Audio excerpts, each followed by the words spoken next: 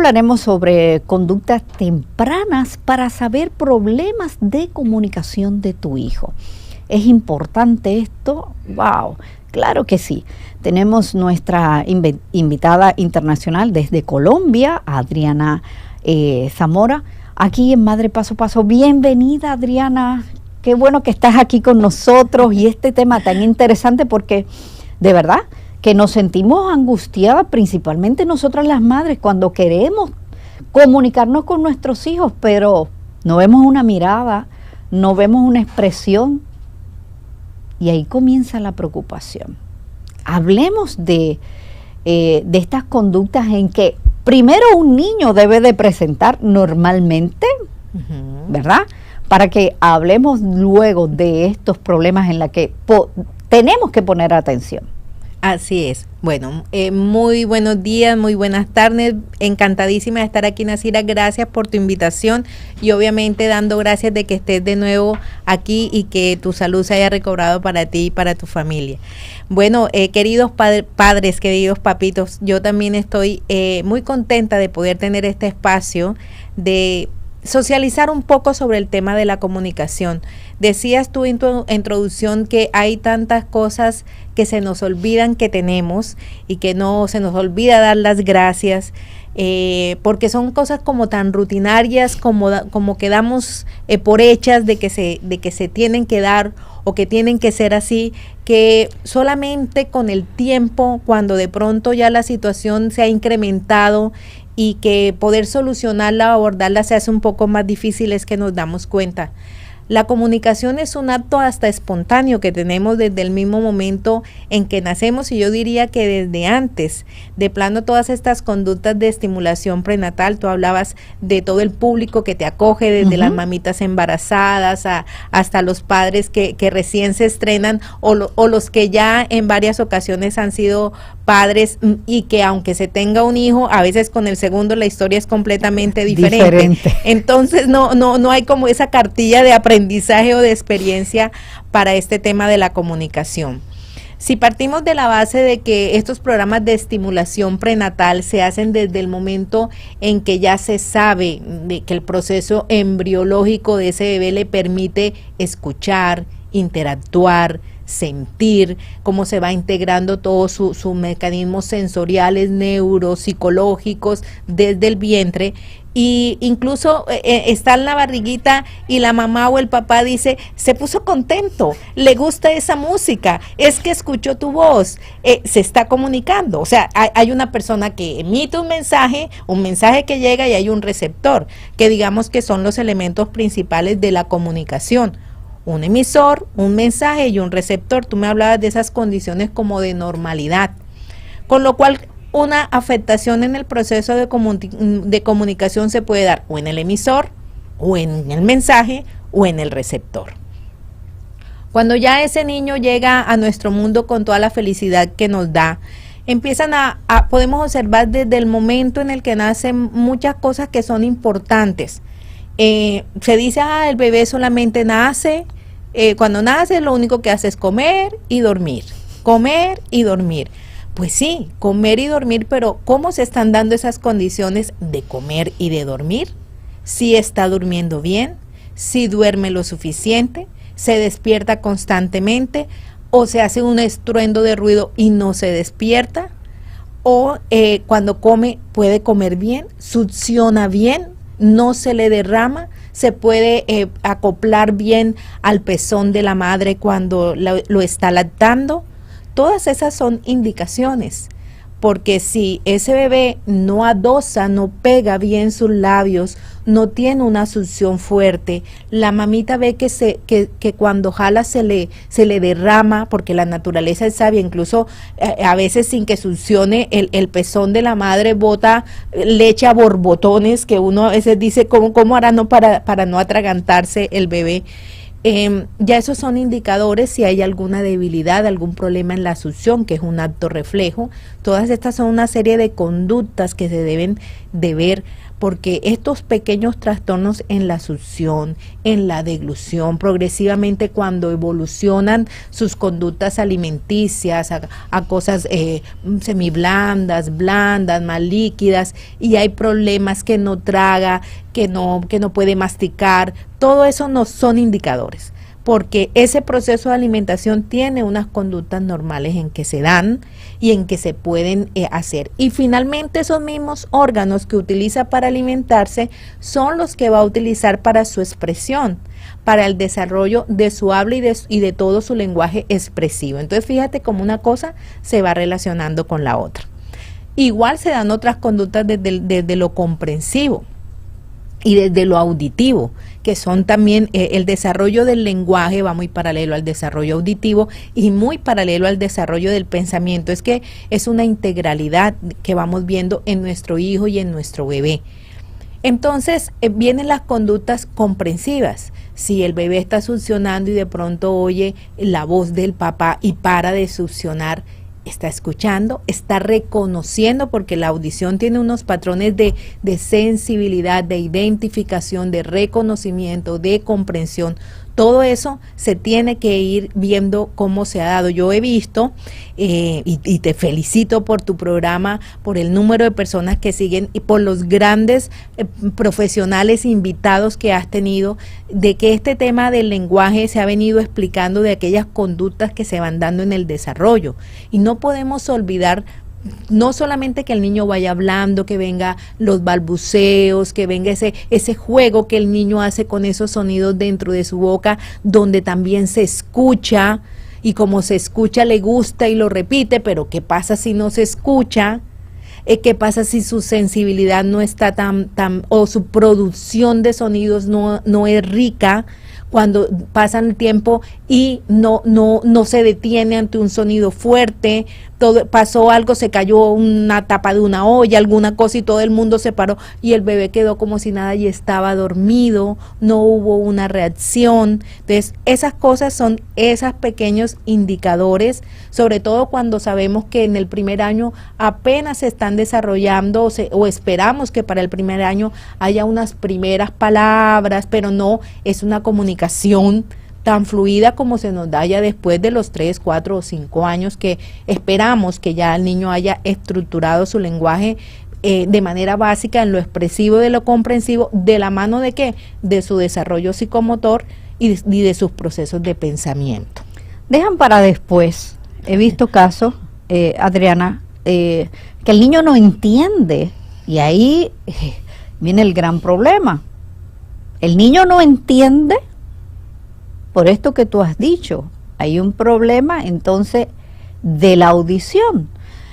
Recuerdo un caso en el que el niño tenía alrededor de 2 o 3 años, que él gritaba mucho. Su forma de comunicar era gritar mucho. Él vivía gritando. ¿Y qué hacían los padres? Le pegaban. Deja la bulla, deja. ¿Okay?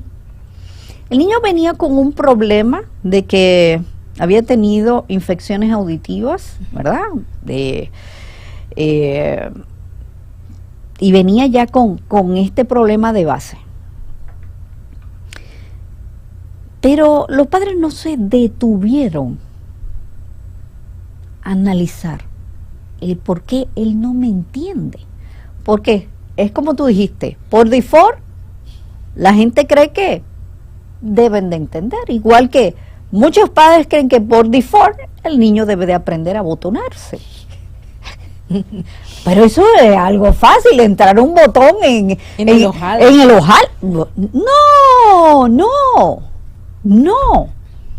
Y la forma de cómo usted se comunica también con su hijo, porque hemos dañado hasta la forma de comunicarnos con nuestros hijos.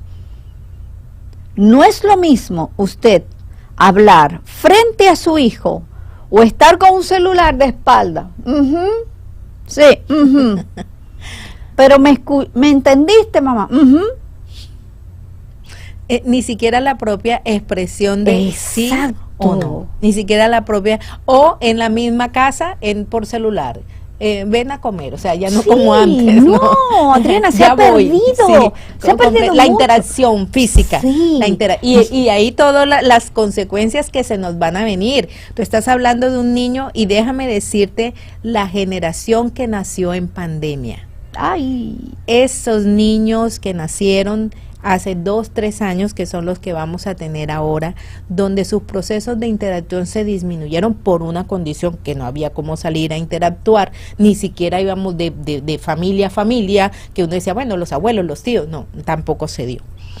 Una cosa bien importante, y otra cosa que por lo que tenemos que felicitar y que tenemos que aprovechar e implementar, la ley de la tamización auditiva ya está vigente. Por lo tanto, gracias podríamos a Dios, de decir verdad que sí. que no habría excusa para que ningún niño recién nacido no sea evaluado en su audición.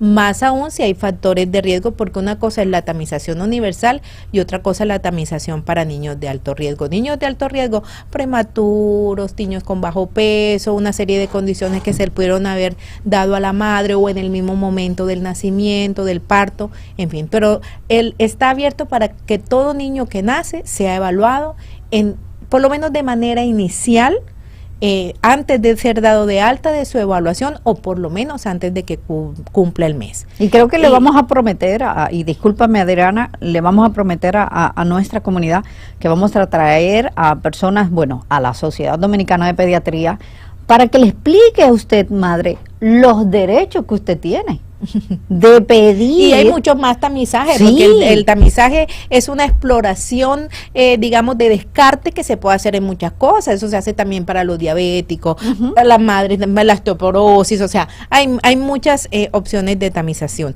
Y ahora que tú hablas de las agremiaciones, son un elemento fundamental, las agremiaciones científicas. Yo, por ejemplo, que vengo desde la parte de ADOAudio, la Asociación Dominicana de Audiofonía, como directora de sus escuelas de formación, uno de los elementos que impulsa a todas estas personas que trabajan o tienen un campo de acción laboral en temas que tienen que ver con la comunicación humana, en temas de la fonoaudiología. ¿Qué es la fonoaudiología? Es esa profesión de la rama de la salud que se dedica a esto, a intervenir, a diagnosticar, a apoyar, a estimular en temas de la comunicación humana, audición, voz, habla, lenguaje y todo lo que implica el tema que estamos tratando hoy. En este caso específico, el tema de los padres, el tema de los hijos para que los padres puedan detectar. Entonces te decía que ya hay el arma, por lo menos para decirlo, para poder identificar cualquier niño que tenga algún problema de audición, y al identificar vamos a intervenir tempranamente. Al intervenir tempranamente vamos a evitar que los problemas de comunicación expresiva y comprensiva se acentúen.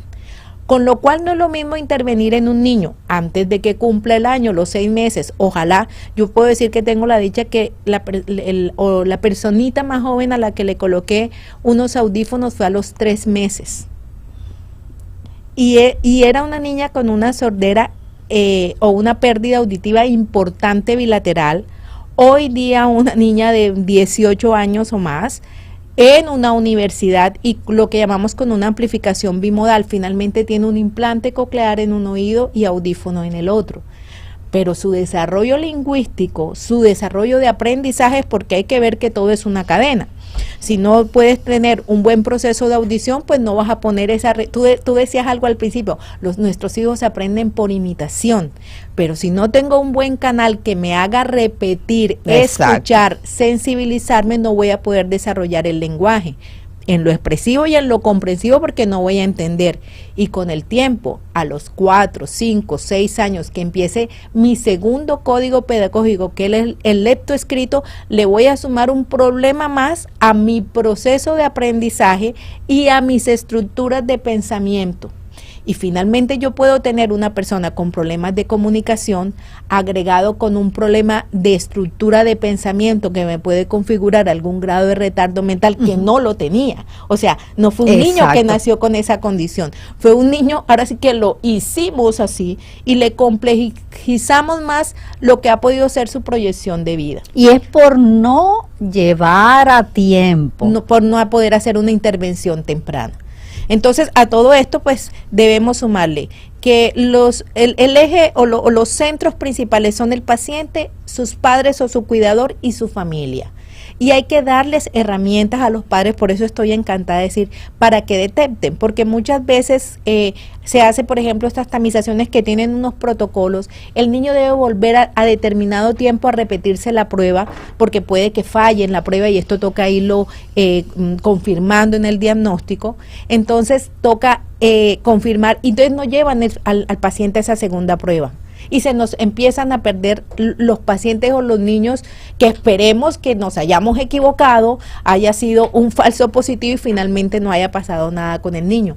Pero si era un falso, sí tenía algo el niño y no intervinimos y todo el equipo que se viene, porque viene todo el equipo con pediatría, hasta con nutrición, psicología, el equipo de terapias, de terapia física, de terapia ocupacional, de terapia del lenguaje, de fonoaudiología, dependiendo del tipo de terapia, si finalmente llega a una ayuda auditiva donde tenga que aplicarse una terapia auditivo-verbal. Y bueno, obviamente que todo este equipo tenga la formación y las condiciones y las capacidades para brindarle lo mejor al niño y a sus padres. Así mismo. Hoy hablamos sobre conductas tempranas para detectar problemas de la comunicación en tu hijo. Estamos con nuestra invitada internacional desde Colombia, la licenciada Adriana Zamora. Ella es fonoaudióloga, invitada de la Asociación Dominicana de Audiofonía, como @adoaudio. Pueden seguir @adoaudio.